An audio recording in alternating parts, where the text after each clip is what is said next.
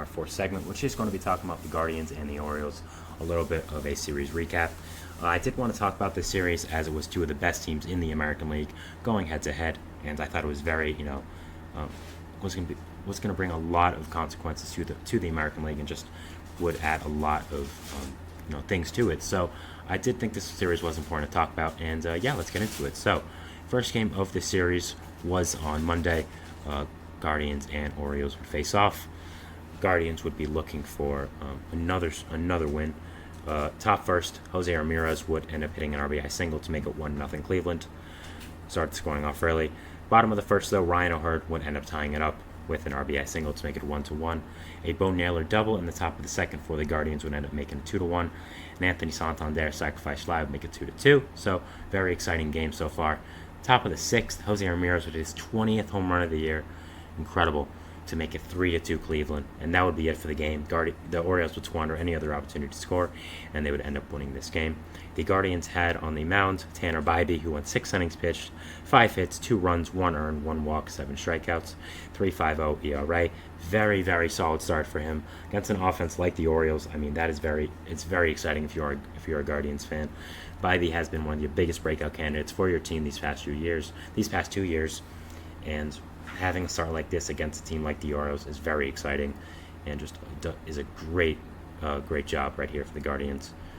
For the Orioles, they had on the mound Cade Povich, the rookie they just called up, 5 2/3 innings pitched, 7 hits, 3 earned runs, a walk, 5 strikeouts, and a homer, 4.15 ERA. So not a great start there, but against the Orioles team, against an offense like the Guardians, it's pretty solid. Kelsey asked what my name is. My name is Sam. I say it at the start of every episode, so don't worry, it's out there. But yeah. For the next game we have on Tuesday, we have the Guardians and Orioles again. A much more high-scoring game. Top of the first, we have David Fry hitting an RBI double to make it 1-0. His 11th of the year. Man, he's been great against lefties. Just such an important addition to this Guardians team. Such a big reason why they have done so well. So he would make it 1-0. Bottom of the first, Gunnar Henderson would hit a 2-run home run, his 25th of the year to score Ryan Mountcastle to make it 2-1 Baltimore.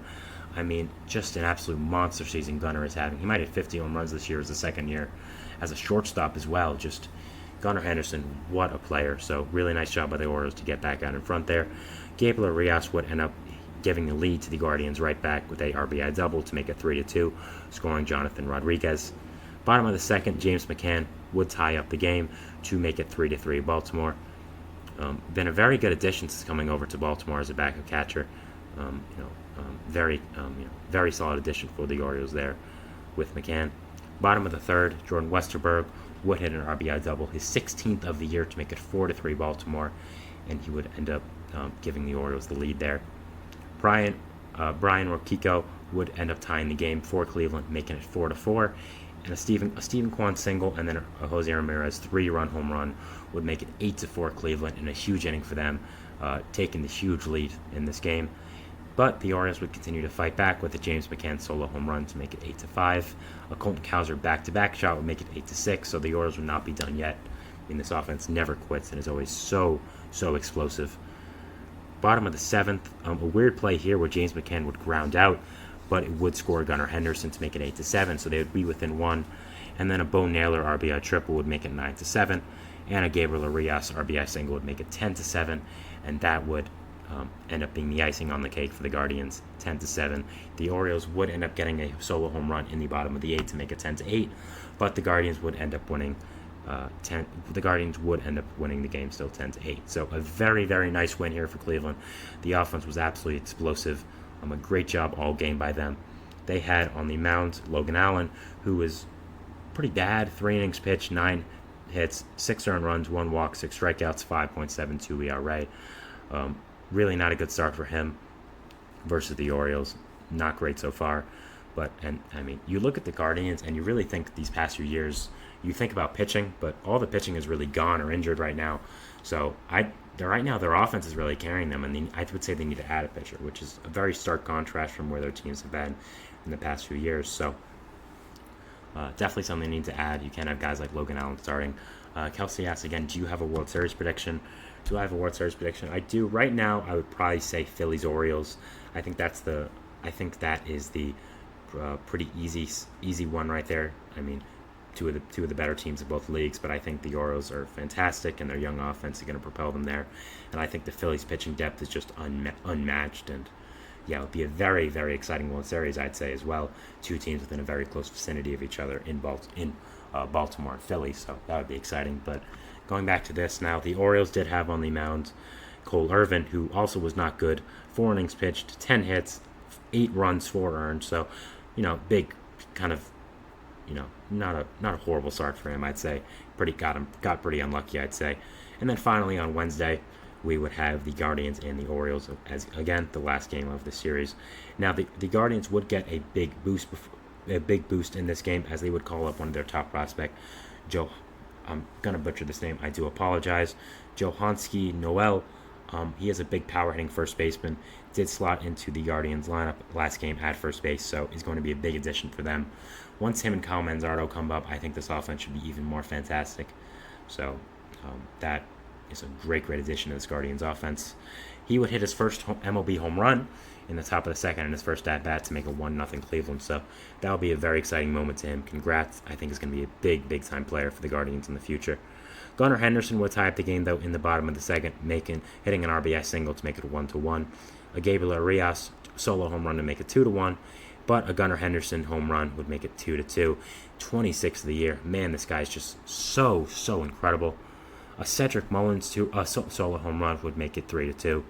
And a Kyle Ahern solo home run to make it 4-2. So home run barrage here by Baltimore, and they would end up winning this game 4-2. So they would snap the Guardians' 7-game winning streak, would snap their own losing streak, and would get back on track. They did have on the mound Grayson Rodriguez, who again was fantastic. 7 innings pitched, 5 hits, 2 earned runs, no walks, 4 strikeouts. Just a fantastic pitcher this year for the Orioles. One of the biggest reasons why they have done as well as they have. Just been such a fantastic player for them.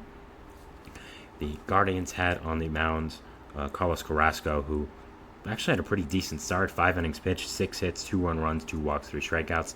Has not been great as a depth starter this year, but had a very solid start here against this Orioles team. So props to him. And good start. Kelsey says she thinks Dodgers and Orioles for World Series. That's also fine. I think the Dodgers pitching injuries are going to come back to hurt them at some point. But at the same time, they're still an amazing team, have so much talent. I really would not doubt the Dodgers making the World Series any year. So I definitely think that's very reasonable. So now, this series was important to me as it was the Guardians and the Orioles, two of the best teams in the AL this year. I would think a lot of people would argue right now, the 2 best teams in the AL this year, right now at least, with how the Yankees have been performing as of lately. So right now, if this series was very exciting, if you're a Guardians fan, you have to be thrilled with the way that they were able to take it. Even in the game they lost, they were still in it. I mean, they only lost by 2 and had a good offensive performance there. So both these teams are going to be very interesting to watch for the rest of the year. I mean, the Guardians have a ton of talent on offense, but do need to add some pitching, and I would say the same with the Orioles as well. Both teams have had some pitching injuries. Both teams don't really have, again, that many great pitchers. Betts and Yamamoto do need to come back. I agree. That would obviously be big additions back for the Dodgers. So if you're a Dodgers fan, I'm hoping they do come back eventually. But big series for the Guardians here. Ended up winning this, and if you are a Guardians fan, I think you have to be very excited with how they played, having this big test against another elite AL team. And the Orioles, they're struggling a little bit right now. I think this is the first time all year they've really had some genuine adversity, and they still have a great team. They still aren't exactly bad, but you do have to find out what's not clicking right now, and definitely need to improve a little bit more. So if you are an Orioles fan, you do need to improve. Your team does need to improve a little bit more, and you kind of need to find your way back to the elite status you were at the start of the year. So it should be interesting to see where these two teams do end up placing the rest of the year. Orioles, of course, are in a battle with the Yankees for the top of the AL East. Guardians, not really. There's no really other team at the AL Central that is going to compete with them right now. Twins and Royals are absolutely fantastic teams. I've said that multiple times in my show, but I just don't think that either is on the level of the Guardians right now with how good their offense has been. So, right now, if you're a Guardians fan, you're very excited with how that series progressed, what's going on with your team right now, and just, you're doing this all with not really that many great pitchers, which is very exciting. I mean, you signed Matthew Boyd today to a major league contract, but that should just be more of a depth move, maybe out of the bullpen as a spot starter. But overall, very exciting time for the Guardians. Very exciting series overall for the AL. It was a great job, for both these teams, and was very exciting to watch and very exciting to cover. So it was a great series here. So that was our fourth segment here, talking about the Guardians and the Orioles series. We're moving into our fifth and final segment here, which is going to be talking about the MLB hitter power rankings from MLB.com. I did want to just touch upon them and talk about them and give my thoughts. We'll be talking about that, and we'll see you after the fourth and final break. So thanks, and bye.